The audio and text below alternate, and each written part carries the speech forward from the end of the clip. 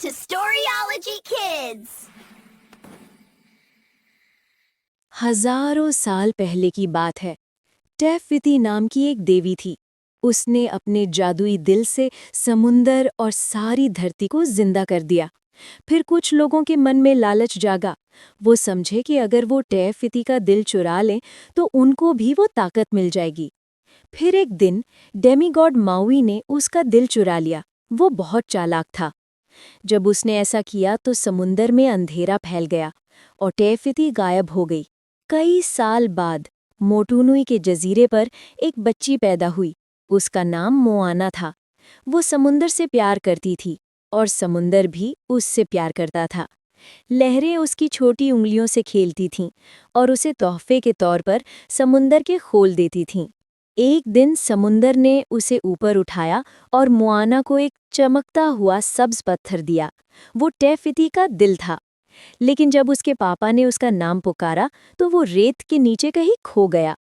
Moana के पापा chief टुई ने कहा, समुंदर में आगे कोई नहीं जाएगा क्योंकि समुंदर खतरनाक है।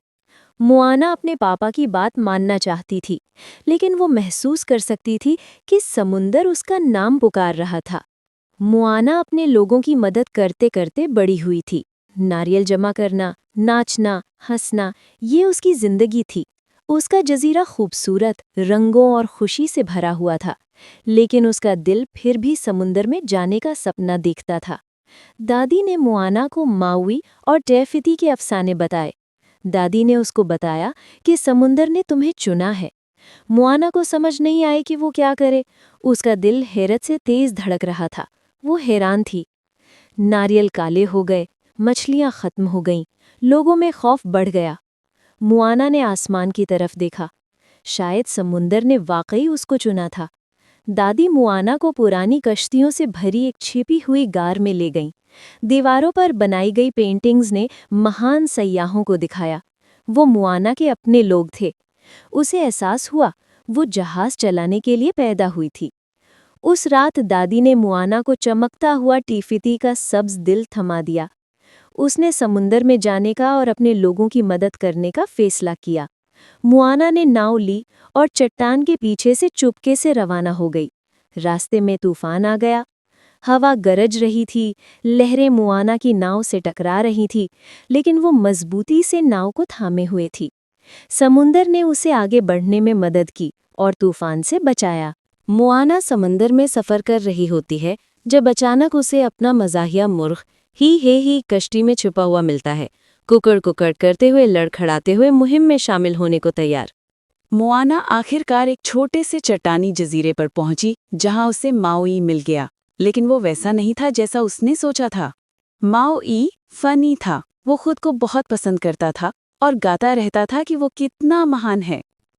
जब मोआना उसे बताती है कि समंदर ने उसे हार्ट ऑफ टैफविती वापस करने के लिए चुना है, तो वो हंसता है और उसकी कश्ती छीनने की कोशिश करता है। माओई मोआना की मदद करने से इनकार कर देता है और नाव से भागने की कोशिश करता है, लेकिन समंदर उसको बार बार नाव पर वापस फेंकता है जब तक कि वो उसकी मदद करने पर राजी नहीं हो जाता। लेकिन टैफविती का दिल वापस करने के लिए उनको माओई के शोल की जरूरत होती थी जो टमाटोआ के पास था। मोआना जिद करती है कि माओई उसे कश्ती चलाना सिखाए। वो उसे सितारों को पढ़ने और हवा को महसूस करने का तरीका सिखाता है। अचानक छोटे छोटे ककामोरा नारियल नमूदार होते हैं, तैरती कश्तियों में छोटे नारियल जंगजू। वो मोआना की नाव को घेर लेते हैं और हार्ट ऑफ टैफविती को चुराने की कोशिश करते हैं। मोआना और माओई पहली बार एक साथ काम करते हैं। ये एक जंगली और फनी जंग होती है जो उछल कूद, चीखने और घूमने वाले नारियल के साथ होती है। आखिरकार मोआना माओई की मदद से उन्हें पीछे छोड़ देती है और बेहिफाजत फरार हो जाती है। माओई ने मोआना को बताया कि उसका जादुई शॉल गायब है और उसे वापस हासिल करने के लिए उन्हें राक्षसों की दुनिया में जाना होगा।